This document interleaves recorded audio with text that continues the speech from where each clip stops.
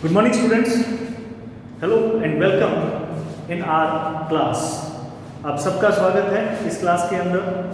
As you know that we have done a poem, The Rain on the Roof, and I have also provided you the PDF format of question answer in your WhatsApp group. So now in this video we are going further and we are going to do a next chapter, and its name is A Truly Beautiful Mind, and it's all about Albert Einstein. You all know about Albert Einstein very well. Who was Albert Einstein? कौन था Albert Einstein? सबको पता है इसके बारे में कि एक बहुत ही बड़े, एक बहुत ही महान, एक ग्रेट साइंटिस्ट ही वॉज, एक बहुत बड़े महान वैज्ञानिक थे. तो आज हम इस चैप्टर में उनकी जो जीवनी है, in this chapter we will study about the biography of that person, कि how he went into the school and after that he didn't join the school, how he was not satisfied with your teachers, how he gave answers before the teachers, कि अध्यापकों से पहले वो answer दे देते थे. School में गए, school से सेटिस्फाई नहीं हुए, after that he studied at home, उसने घर पे स्टडी किया, फिर कॉलेज में गए, कैसे कैसे उन्होंने अपने आप को आगे बढ़ाया, कैसे सीखा, यही सब हम इस चैप्टर में करेंगे. Okay, so before you read,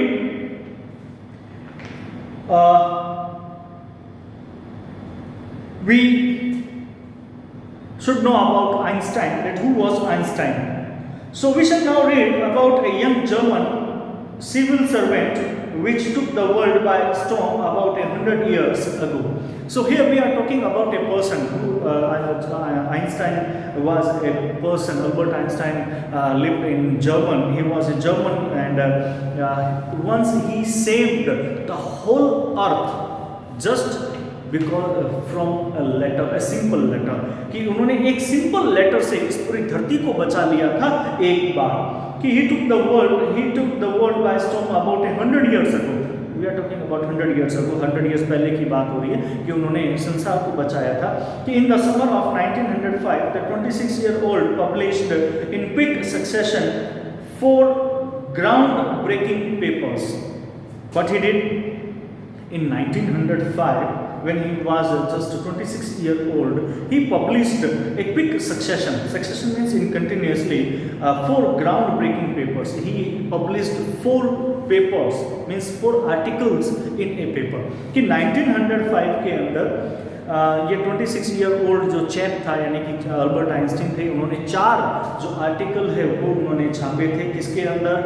एक न्यूज़पेपर के अंदर, कि द मोशन ऑफ पार्टिकल्स, और उसका जो नाम था आर्टिकल का, जो the title of article was the motion of particles, that how particles do work. So the electrodynamics of moving bodies, ये चीज़ उसने समझाई थी कि कैसे इलेक्ट्रोडायनेमिक्स जो है वो बॉडी में मूव करते हैं एंड एनर्जी, और कैसे वो एनर्जी को बढ़ाते हैं. His work took up only a few pages in scientific journals. हालांकि उसका जो ये काम था, फ्यू पेजेस, कुछ ही पन्नों के अंदर छपा था उनकी एक साइंटिफिक जर्नल के नाम से, but changed forever our understanding of space. But after that, when people studied about this, then just because of his ideas, the people's thought was changed about the universe. केवल उनके ideas की वजह से ये ब्रह्मांड की जो सोच है उसके बारे में लोगों की जो राय है वो बदल गई थी. टाइम के बारे में, एंड द एंटायर कॉस्मोस, पूरे ब्रह्मांड, कॉस्मोस मींस यूनिवर्स है. Okay,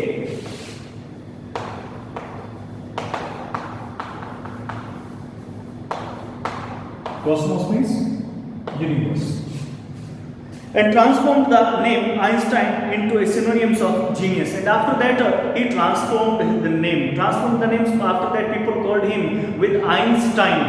Einstein was not his pet name, not his particular name. उसका particular नाम नहीं था. It was bestowed by the people. उसको लोगों के द्वारा ये नाम जो है वो दिया गया था आइंस्टाइन. और आइंस्टाइन का मतलब होता है जीनियस, प्रतिभावान.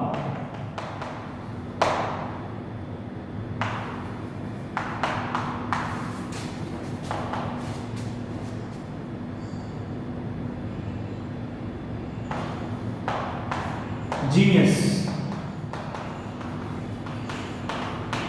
आइंस्टाइन का नाम क्या होता है?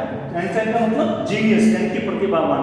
कि जब उन्होंने ये आर्टिकल्स छापे तो आर्टिकल्स छापने के बाद में जब लोगों की विचार बदले इस कॉस्मोस, इस यूनिवर्स के बारे में, टाइम के बारे में, इलेक्ट्रॉन्स के बारे में, तो आफ्टर दैट उसके बाद में क्या हुआ कि लोगों ने उसको जीनियस कहना शुरू किया और आइंस्टाइन जीनियस को ही कहा जाता है, तो उनका नाम रख दिया गया Albert Einstein.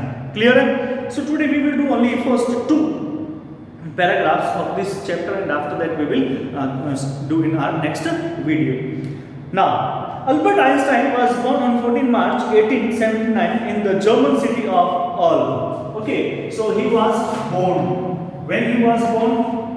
He was born on 14th March. ये 14th मार्च को उनका जन्म हुआ 1879 में। He was born on 14th March 1879 in German. In Germany, and he was born in a German city. Its name is Ulm. So अल्म के अंदर जो Germany में है वहां उसका जन्म हुआ। कब हुआ? 14th मार्च 1879 को उसका जन्म हुआ। Without an indication that he was destined for greatness, and there was not an indication at that time, at the time of his birth, there was not an indication. Indication means isara, sign. Okay. Indication, sign, कोई संकेत, किसी भी तरह का कोई संकेत नहीं मिला था कि भी ये आगे जाकर के कितना बड़ा जीनियस, कितना बड़ा प्रतिभावान व्यक्ति बनेगा। On the contrary, his mother thought Albert was a fraud. But on the contrary, contrary मतलब opposite.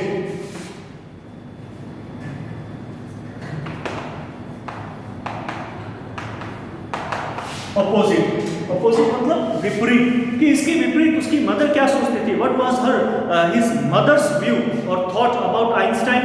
That he was a fraud. Fraud is a word used for disapprovingly to talk about a person who is unusual and doesn't behave, look or think like others. Means एक ऐसा व्यक्ति, फ्रैक का मतलब एक ऐसा लड़का जो दूसरों के जैसा नहीं दिखता, दूसरों के जैसा व्यवहार नहीं करता, उसके बात करने के तरीका और दूसरी चीजें वो दूसरे लोगों के जैसी नहीं होती, वो सब में अलग। तो यानी कि एक यूनिक, ये कह सकते हैं कि एक अलग प्रकार का, जिससे हम ये शुरू में इसके बारे में सोचा गया था कि ये तो मंदबुद्धि है, ज़्यादा इसको कुछ नहीं आता, तो एक अलग प्रकार का व्यक्ति जो है उसको समझा गया, तो ये फ्रैक के रूप में इसको लिया गया। To her his head seemed much too large, क्योंकि उसके लिए उसका जो हेड था वो बहुत बड़ा था, कि वास्तव में अल्बर्ट आइंस्टाइन का जो सर है वो सामान्य से ज़्यादा, जैसे कि हमारे सर होते हैं उससे भी ज़्यादा उसका सर जो है वो बड़ा था। तो इसीलिए उसकी मदर ने देखा कि his head is too much large, so I think he is an abnormal child, एक abnormal child के रूप में उसको उसने लिया। ठीक है, तो आज तो केवल क्या था हमारे इस चैप्टर के अंदर, आज हमने इस केवल आइंस्टाइन के बारे में थोड़ा सा पढ़ा और ये समझने का प्रयास किया कि ये चैप्टर किसके बारे में है। आज मैं आपको थोड़ा इसलिए दे रहा हूँ क्योंकि पहले आपके ऊपर वर्कलोड हो गया है, उसको आप पूरा कीजिए, जो हमने पीछे पहले करवाया है उसको आप समझें, उसमें अगर कहीं प्रॉब्लम है तो उसके बारे में पूछें। मैं आज इस वीडियो के साथ में मैं आपको एक PDF भी प्रोवाइड करूँगा जो आपके पीछे पोएम के क्वेश्चंस की होगी। ठीक है, तो बाकी हम अगले चैप्टर में, अगले वीडियो में करेंगे। Thanks and have a nice day.